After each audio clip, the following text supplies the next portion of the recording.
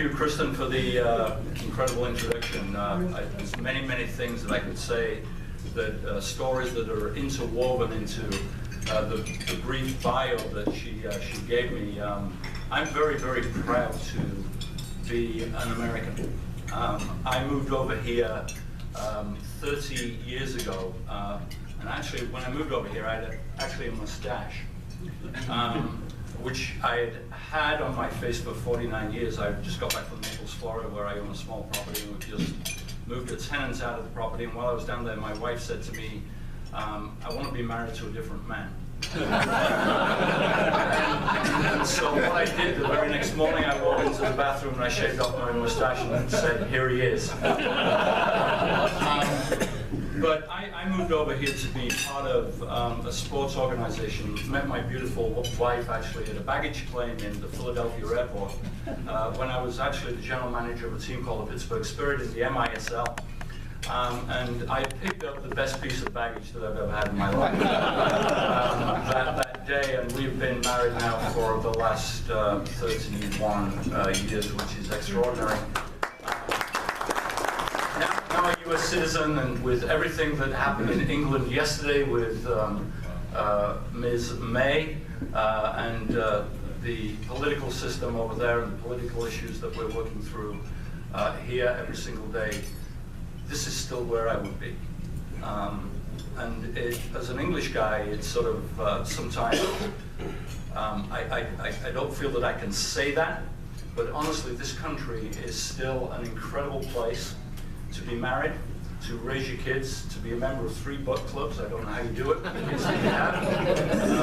I love the order of the book clubs. I would change the order slightly. If I was you, I always lead with my faith first. And when I go out to speaking engagements like this, as I try to pull everything together, I often talk about my 3 F's, which is my family, and that's my wife, who's now married to a different person. My faith, and my franchises. And really today we're here to talk about those franchises. And the essence of what I really want to talk about today is something that we inside of our organization, where we have about 160 brand ambassadors who go to work to wear our brands every single day, to represent us into this marketplace every single day, to build awareness around sort of Wolves, Lynx, Target Center, Mayo Clinic Square, everything that we're involved with every single day, and Glenn Taylor's other investments that we're knee-deep in every single day, trying to balance all of and juggle all of those things. What we're talking about inside of Mayo Clinic Square today is our perfect storm. And if you remember the movie, 4 different things had to happen for George Clooney's fishing boat to sort of be at the eye of that incredible storm that unfortunately actually took down the boat. I have no intention of going down with this boat, but we are in the eye of a storm right now that you can't believe, because we have so many things that have got to land, and as business leaders you'll all appreciate this inside of the companies that you work in, the lives that you have. All of these things have to land right so that we can maximize the opportunity around the amazing investments that we're making inside of our infrastructure every single day. So let's get to the eye of our storm very, very quickly here. And I'm going to go through 4 different things for you today that I think are very, very pertinent to you as the downtown Minneapolis Rotary to understand what we're trying to do just 3 or 4 blocks away from where we're meeting today. The very, very first part of the storm is the renovation of Target Center. And for those of you that drive to work and try to drive down First right now in between Mayo Clinic Square and Target Center every day, and that's becoming more and more tricky, it's because we're investing about $150 million, part of it city money, part of it Glenn Taylor's money, into this incredible renovation for this beautiful 26-year-old building that sits on what we consider to be this incredible piece of land right down in the middle of Minneapolis. Now, there was a lot of debate initially whether or not we would actually follow the Vikings path, follow the Twins path around? Do we try and figure out a way to get $600, $700 million to be able to tear this building down, go over to Excel and play for a couple of years, then come back into a brand new building on that same block? And we decided very, very quickly that no, we're not going to do that. What we're going to do is we're going to take the bones of this beautiful building. We're going to do it in a more traditional Minnesota way. We're going to take something that is old, and we're going to try and make it new, and we're going to try and do it in a very cost-efficient way that the city of Minneapolis, all of our fans, and all of the consumers that go to all of the events inside of Target Center can be proud of. And so when you go over to Target Center, one of the very first things that you're going to see, and all of this, by the way, and I was talking to Leo and to Grant, and Leo was very, very disappointed in the way that you introduced yourself to the group. Because what you don't know is he's a long-time season ticket holder of the Minnesota Timberwolves, and he should have actually put that front and center when he introduced himself. So not only is he a potential member here, he's already been a member of the Minnesota Timberwolves family for many, many years. So he's a good guy. He's a good guy. But when you go over there, the centerpiece of what we're doing, everything has got to be ready by October the 20th of this year. We're on a very, very tight construction timeline. But we have got to be ready for the very first game of the 17-18 regular season, which will be played on October 20th against some other member of the NBA Basketball Association. Our lobby is at the base of that structure.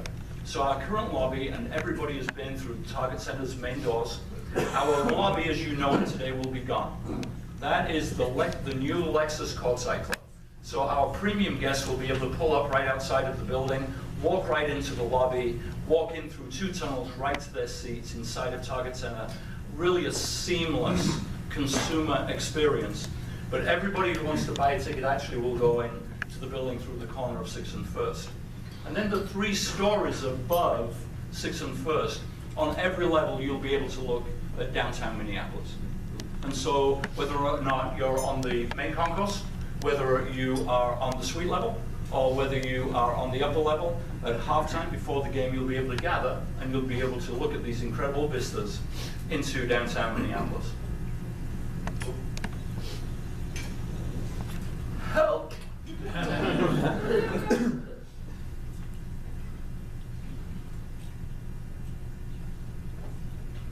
Tech help, thank you. Okay, got it now? Slide now? Okay, thank you. Okay, so we'll go back. Yes. Okay. Now we'll go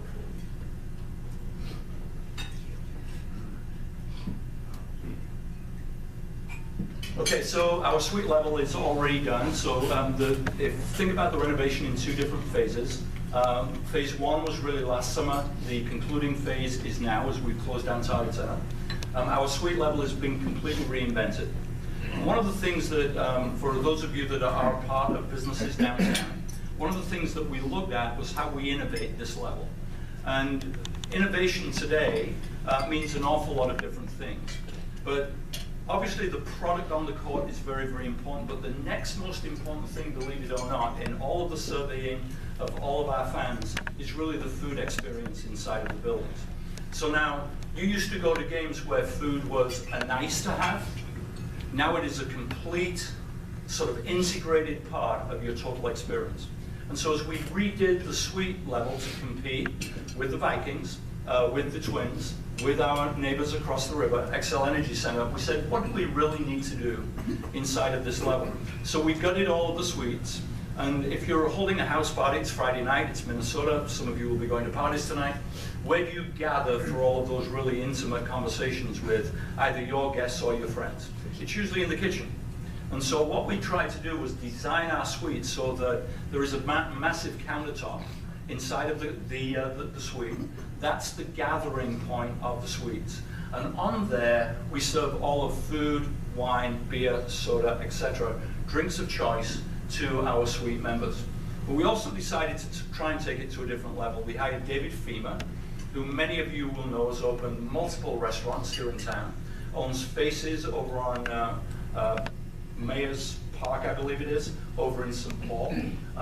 He has become the face of our food story. Everything is locally sourced, everything is clean, We've developed menus so that it's a completely different experience, and he presents the food to all of our suite holders in this suite environment in our chairman suites on that level. In addition to him, we actually have gathering spaces. So this is a community space where people can go and eat outside of their suites. We can plate it. They can take it outside of their suites, go eat, once again, look at a vista of downtown Minneapolis. And on that level, again, we have sommeliers for wine pairings. We also have mixologists, for those of you that would prefer a drink that night, working that level so that we can tailor, no pun intended, Glenn Taylor, we can tailor your experience on that level to a very, very high level.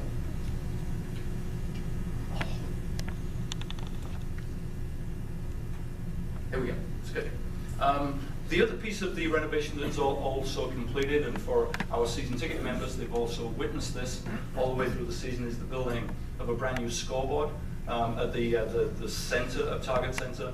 New ribbon boards. We're going through a reseating of everybody right now. If you walk into Target Center today, if any of you saw Care 11 this morning, all of our seats are completely gutted. They're all out of Target Center, so we're completely reseating the arena. That's one of the latest projects.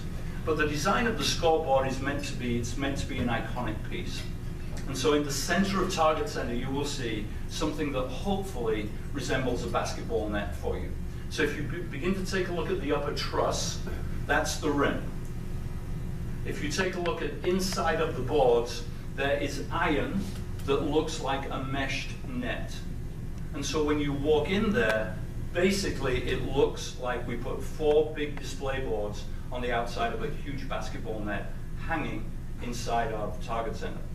When the Wolves play, we have a lighting system that can basically turn all of that blue. When the Lynx play, we have a lighting system that can turn all of that green. And so we can brand around the 2 teams that are playing. Relative to the square footage of the boards, for those of you that are couch potatoes, have big sort of man caves and women caves down in your basements where you go and watch all of the sports in your home.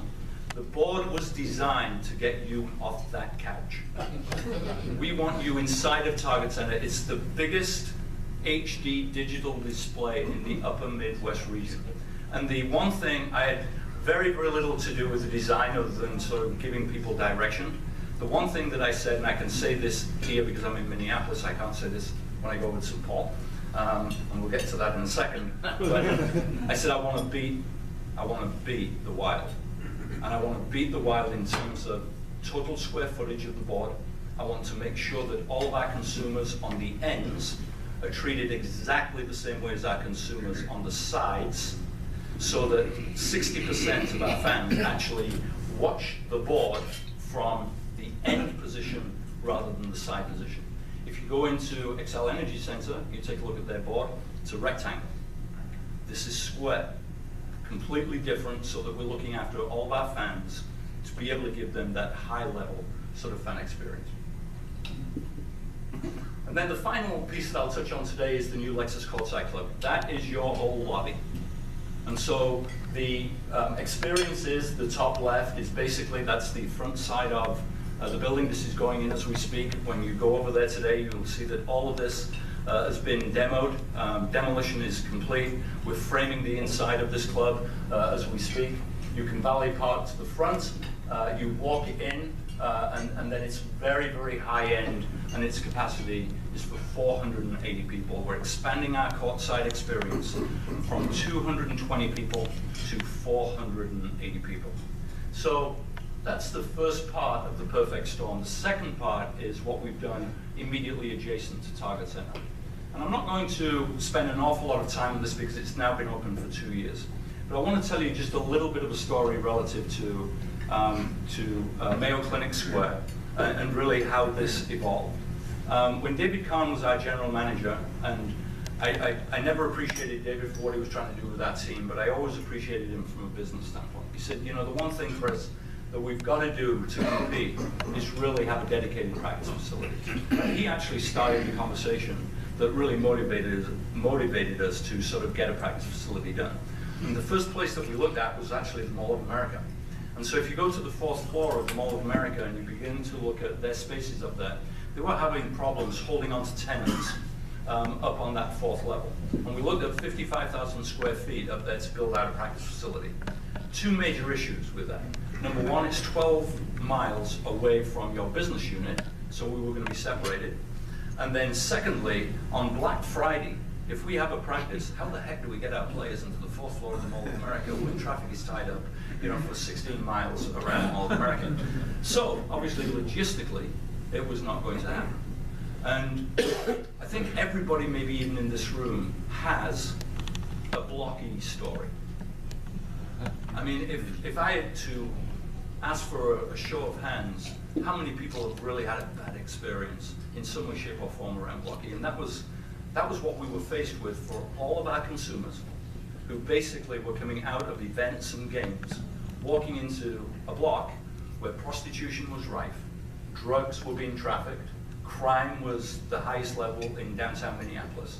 And we said, what do we do to change that? Can we help the developer take over a piece of the building, develop this building into something else, so that in the end, when we do renovate Target Center, these two buildings work together? So in the end, I did a deal with a guy called Irv Kessler and Philip Jaffe. They owned a company called Camelot. I took an option on 110,000 square feet in Mayo Clinic Square. It's the old AMC theater complex, 15 theaters on that floor. And I said, we're going to build a basketball practice facility on the 3rd floor of a building that has never, ever been done in the history of the NBA before. And with all of that, once we got this thing developed and done, we had a grand opening, and we brought in Adam Silver, who was is the commissioner of the NBA. We gave him a tour, and we showed him the 15,000 square feet that we gave to the Mayo Clinic in the end, the 2 basketball courts, the areas for both the Minnesota Timberwolves and the Minnesota Lynx, and our business operation. He went to the biggest periodical magazine in our industry that we all read every single day, something called the Sports Business Journal. That's where we get all of our news from. He did an interview with one of the editors from SBJ and said, this is the gold standard in sports today. He said, I've been everywhere. I've seen NFL facilities, I've seen NHL facilities, I've traveled the world. There is nothing like this anywhere else. Doors had to be flung open because everybody wanted to see this thing. But if you were to go there today, and the beautiful thing about tying in with the Mayo is that you can be treated for whatever injury. I'm sure that we have an awful lot of athletes in this room, or weekend athletes or weekend warriors, who have your own sport who get injured. You can be treated by exactly the same doctors, the same physical therapists. You can be diagnosed in the same way on all of the latest sports medicine technology that there is in the world is inside of this building. Mayo put $15 million into this. We put $25 million into this. The developer put $48 million into this. And it is really, truly an incredible facility. I would encourage you, the next time you have an injury, that you go to Mayo Clinic Sports Medicine Facility, get a Mayo number, and you're in, and you're being treated by everybody who's treating us.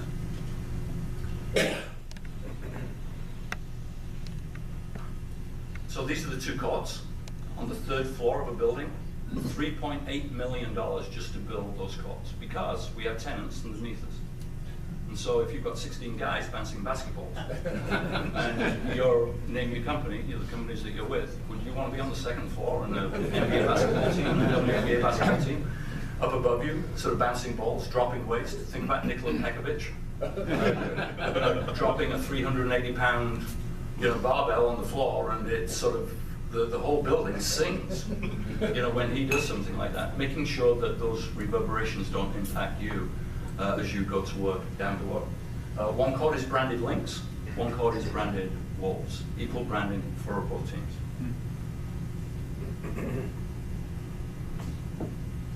This is our office. 160 brand ambassadors go to work here every single day. It's built with millennials in mind. 62% of our staff are millennials between the ages of 18 and 35. We did a lot of research in Silicon Valley, particularly, where we're just like you. We're trying to recruit the very best. We have plenty of competition out there to attract them. What do they want? Big open spaces, big floor-to-ceiling windows. They want gathering places, community gathering places rather than stuffy conference rooms. Open plan. The balcony that you see up on the top left-hand side there with Ricky Rubio's image, that's one of our community gathering places. We have a big fireplace there that during the winter fires up, keeps everybody warm. It's a beautiful, beautiful facility. The blue area with our logos, that's a TV stream over there. So if one of your companies is coming in to visit with us today, we can put your company's name up there. Welcome to Mayo Clinic Square, etc. And we kept one. We kept one of the theaters. So in the age of points of differentiation between us and the Vikings and the Wild and the Twins, and trying to create that value for the relationship with the Minnesota Timberwolves, we said, well, let's design this place and let's keep one of the theaters. So we can show movies in there, we can make presentations in there, we can have all sorts of events.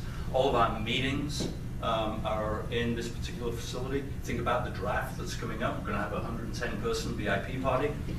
We'll show the TNT broadcast, on that screen. We'll have all of our guests in there, and then 5 minutes after we've drafted at number 7, if we hold on to that pick, then we'll walk in Glenn Taylor and Tom Thibodeau and Scott Layden in front of our guests, and they will say, this is why we drafted whoever we drafted. If you're a corporate partner of the Minnesota Timberwolves, you want an off-site, we have all sorts of meeting spaces, but this gets used all of the time. So CBRE, I don't know if there is anybody in here from CBRE, they're coming over next week. They have 110 of their biggest brokers in town. We're putting a whole presentation together for them right now inside of in this space. Mayo uses this for continuing education all the time. It's an incredible facility that gets used all the time. We just relaunched and rebranded ourselves, and we're going through a massive sort of process to rebrand now our family of franchises. And so starting on October 1, everything that you would normally see with Big Wolf Head is now going to be changed to this. And this is a shout out to our initial logo, the one that we had with Marv Wolfenson and Harvey Ratner. It became much more of our secondary logo. The wolf head was facing the other way. The green in it is a shout out to obviously the North Star, but the Aurora green that is inside of the North Star is from the Northern Lights. And so all of the coloring actually inside of the logo is actually coloring from the Northern Lights that we all get to see when we go to Wheeling, Minnesota, etc. That deep blue, and I forget what they call it, inside of the blues from the Northern Lights, but that green is the green from the Northern Lights, the blue is from the Northern Lights, etc. And then we just purchased actually a G League team, the old D League development team. We now have a team down in Des Moines, which is our farm system, and we've just launched and rebranded and announced this will be their logo down in Des Moines this year. On August the 11th, if you can make the game over in St. Paul, okay, with the Minnesota Lynx, we launched the Lynx's new logo as well.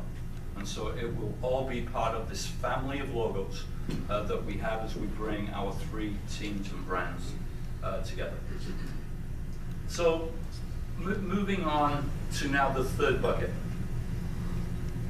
These young men are our future. Carl Anthony Towns, Zach Levine, Andrew Wiggins, Ricky Rubio, don't know, can we keep him? Where are you guys at? Yeah. Quick set. Yeah. Keep him. Yeah. Yeah, okay. That's good. Excited. I'll say that back to Tom Thibodeau. Won't mean a little piece then. But these young men are incredible young men. There were times last year that we actually, our starting 5 was actually, on average, was younger than Patino's over at the U of M. So when you think about it, we're a college team playing in a men's league. Now these guys are pretty good, and they've come from pretty good programs. And Carl Anthony Towns, Kentucky kid who is just an unbelievable human being, followed by Andrew Wiggins, who's a Canadian citizen, followed by Zach LaVine, who's won 2 slam dunk competitions. And you've got 2, rookies of the year on the roster as well. Most teams, 29 teams really in our league, other than the Golden State Warriors, and we can debate the Golden State Warriors forever. That's a different circumstance. But this team, normally you build a franchise around 2 key players. We really believe that we've got at least 3 of them, and maybe a half of another one in Ricky. The question is, can we keep them together? Can we make sure that when all of their contracts are up, that we find ways to keep them in Minnesota? These guys actually love Minnesota. They love being here. They've all got their own nonprofits. They're all part of different charities that we align with. They really want to see this thing through. We've built the facility for them. We're building Target Center for them. We're trying to make sure that we've got enough money, cap space, etc., to be able to keep them all. And we've got to make sure that we obviously have the right coaching staff to basically deal with millennial players who can be the future in this city. We're really, really excited about this 3rd bucket. We need a piece. We need another piece later on this month when we draft number 7. Or we need to package that number 7 pick with maybe another player to get the piece that Thibodeau really feels can put us over the edge. We will be in the NBA playoffs next year. We will. We're ready.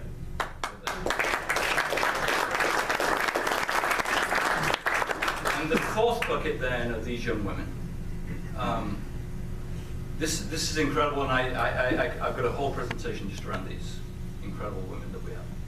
This starts at the top, though. This is Glenn Taylor, who has really sort of hung in there in the days of the league, not necessarily being as profitable as it should have been. As a big startup, seeing it through, making sure we were building it right. He was the guy who gave us the resources to be able to sort of do all of that.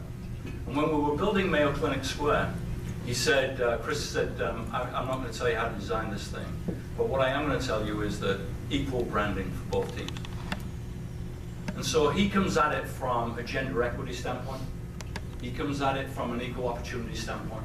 He comes at it from a diversity standpoint and an inclusive standpoint.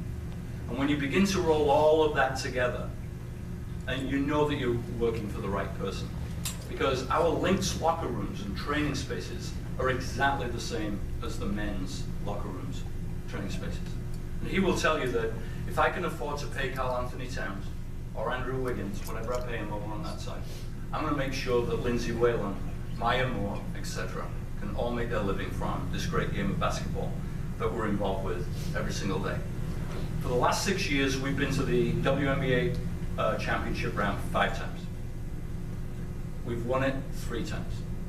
We won it in 11, we won it in 13, we won it in 15, and it's now, got it, you get it, 17. So we're winning it every other year. This year, although we're over in St. Paul, we want to bring a championship to the city of St. Paul. We started off 7-0. We're playing very, very well. We're an older, experienced team. We have bad knees with some of those players. Most of those players gave up making thousands and thousands of dollars in Europe or China during the off season to take another run at it. That's how this team is built. They give up for each other because they know that this window of time where you have this championship caliber team is fleeting. It passes quickly. And they really believe that they can do it all over again. 3 trophies. I showed them this slide. We have something called the business of basketball with both of our teams. So we tell them what we're doing and what our major initiatives are for the year. They laugh when I show this. Honestly, it's meaningless to them. It's what's coming next that is really, really, truly important to them. They appreciate the history. They embrace the history. But it's more about what else can we achieve as a group of women. These two are just spectacular to work with and could not be so different. So Simona Augustus, on the left-hand side, team captain, from the GLBTQ side of our business. Maya Moore, on the right side, born-again Christian. When they get in the locker room, it's incredible. They're part of a team. They put everything, all of their issues aside, and have this incredible capacity to be able to work together, be inclusive, collaborate with each other for the greater good of the team. And it's amazing to see these women and how they work with each other, react to each other, talk with each other, encourage each other. It's really unbelievable. And if Chris Wright, in his wildest dreams 6 years ago, would have said that 25,000 people would come down to downtown Minneapolis and stand on the streets of Minneapolis to celebrate our third championship, I would have said, you know, not in my wildest dreams. And yet here it was. Beautiful branding from Clear Channel, as you can see. And we're entering the backside of Target Center back in 2015 for a massive celebration inside of the arena. And our 4 Olympians. So if you think about Rio and the US team down there, all coming back with gold around the necks, I got to go to work with these women every day. I mean, what an incredible pleasure. And then Cheryl Reeve was an assistant coach on that team. And then the 3 players on the right-hand side all won gold in London as well. And we have them in this market. They are our players. They are your players. They are your Minnesota Lynx. And it's incredible to see these women go out and perform every single night. And then in game 5, last year, last slide before I just go through another quick video. This is the calm before the storm. 2-2, all tied up with the Los Angeles Sparks. Is there anybody there for this game? In this room? Awesome. Maybe I should have you talk about the environment that night. We lost this game in the last 30 seconds of the game. That would have been our 4th championship. It was a green out that night. We gave everybody's done a white out, black out, blue out. Okay, nobody had ever in the country had ever done a green out. So we decided to give everybody a green t-shirt that night to wear inside of that arena. 19,423 people inside of Target Center for a WNBA championship game. Highest grossing game in the history of the WNBA. And it happened over in Target Center prior to the renovation. Imagine now, as this perfect storm all comes together and we bring these young ladies back from Xcel Energy next year, if we've won that 4th, what it can be like with Mayo Clinic Square, a renovated Target Center, an incredible emerging young NBA team, and this incredibly talented, experienced veteran WNBA 4-time champions, Minnesota Lynx. So with that, I don't know, they said super fortunate last year, and all we did was get back to the finals and have the best record in the league, so I don't know, maybe you guys should start right now, we're all washed up, and maybe one gets in. This is how it's gonna be. This is what you think of me. It's going down like I told you. This is how it's gonna be. I'll be the last man standing here. I'm not going anywhere. It's going down like I told you. I'll be the last man standing here. I'm gonna rock you. I'm gonna rock you. I'm gonna rock you. I'll have you begging for mercy, begging.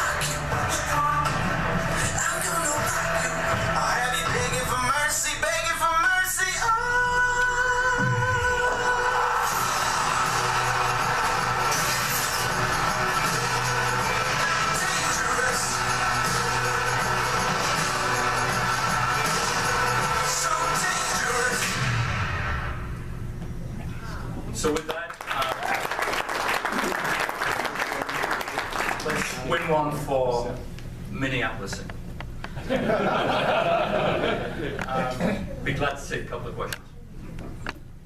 Sure.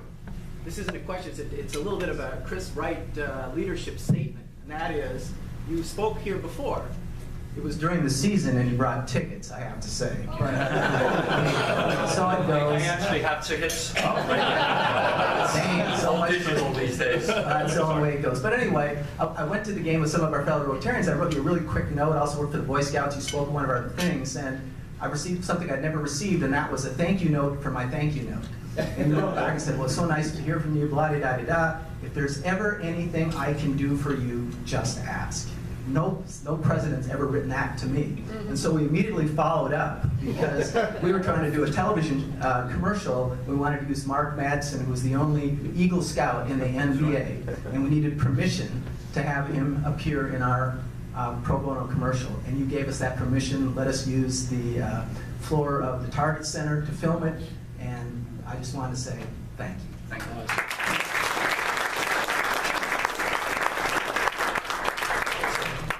You mentioned the Iowa farm team thing, Yep. and most of us think of basketball players coming right out of the NCAA tournament, right into the NBA, and the whole farm league thing is sort of kind of under the radar. I met you a few years ago. I was here with a friend of mine from Sioux Falls, Mark Ingalls, who works for Greg Heineman. Yeah. And the Sioux Falls Skyforce was part of that. They've been sold or something. What's happened with that relationship, and where's that go? Yeah, so for a long time we had a great relationship with Skyforce, and it was driven actually by Sanford Health. And Sanford Health actually were the other medical service provider that we considered actually for Mayo Clinic Square. When we decided that the Mayo brand was too strong to walk away from, and it is, and it's brought us already incredible returns and other relationships. Unfortunately, our relationship with Sanford was moved more into the hospitality area rather than the promotional marketing corporate partnership area, because Mayo's exclusive. Sioux Falls Skyforce, however, is probably the most successful D-League, now the G-League, the D-League, have just been bought actually by the Miami Heat. And Mike Heineman, who runs that, is going to stay there for 3 years, continue to run the team there. We have a great relationship with the Heinemans and everybody who owns that team. Sioux Falls is a great market, but we had to go in a different direction, unfortunately. So we bought Memphis's team that is in Des Moines, Iowa. They play actually in the Wells Fargo Center down there. We've just taken it over. We just sent out the advertisement the other day for a new president down there to run it for us. And so we're looking forward to, what is it, about a 3.5-hour drive, is it? Maybe to Des Moines, maybe a little bit more than that, you know, on a regular basis. Great, thank you. I've got time for maybe one more. Yeah, one more. Hi, I have to admit I have a particularly soft spot for the Timberwolves because during the 2004-05 season I watched more Timberwolves basketball that fall and winter than I've ever done before. Since the reason for that, it was during a time when my wife, at that time Joan, she had terminal cancer, and the one thing that she wanted to do through 7 hospitalizations and being bedridden was just watch the Timberwolves. It was the one thing she had the energy and passion to do. She loved the team, she loved basketball. But I mentioned that season as well, 2004-05, because it was the last season that the Timberwolves got a winning season. And I guess 2 questions for you. One, how have you been able to keep your faith through all these years since then? And is this year, I'm going to put you on the spot, is this the year when the Wolves finally have a winning season? I'll answer the last part of that question first. We're in. This is it. We're going. I mean, because if not, I might go to an early grave. And faith comes in 2 things. I think it's your faith, and then it's faith in that you're doing it the right way. And I'll maybe finish with this story because I think it sort of epitomizes what you're talking about. After that 2004-2005 season, I had an opportunity to go and work for Howard Schultz, who then owned the Seattle Supersonics. And I was recruited by them. They asked permission to sort of speak to me about being the president of the Supersonics, and went all the way down a path with them, meeting in Starbucks, believe it or not, in Seattle 3 times with Howard Schultz. It's surreal, it's amazing. And I was mesmerized by the guy, and in the end, I got an offer from them. Glenn asked to see the offer, and he drove down from Mankato, and he said, Chris said, you're the highest ranking family member in my organization. There is no way that you're going there. I'm going to make you the president of the team tomorrow, if you stay. We have not been back to the playoffs since. I'm still here. So I believe in him. He believes in me. And we try to reinvent our business every single year to make it a great experience for the fans that we have, knowing that we will win them all back. If we treat them, if the fan is at the center of all of your thinking, they are your key stakeholder, then you don't go wrong. Keep putting the fan at the center of all of your thinking. And when we are the winner, that I believe that we're going to be this year, then we will fill Target Center with fans like you that had that great season back in 2004, 2005. Thank you.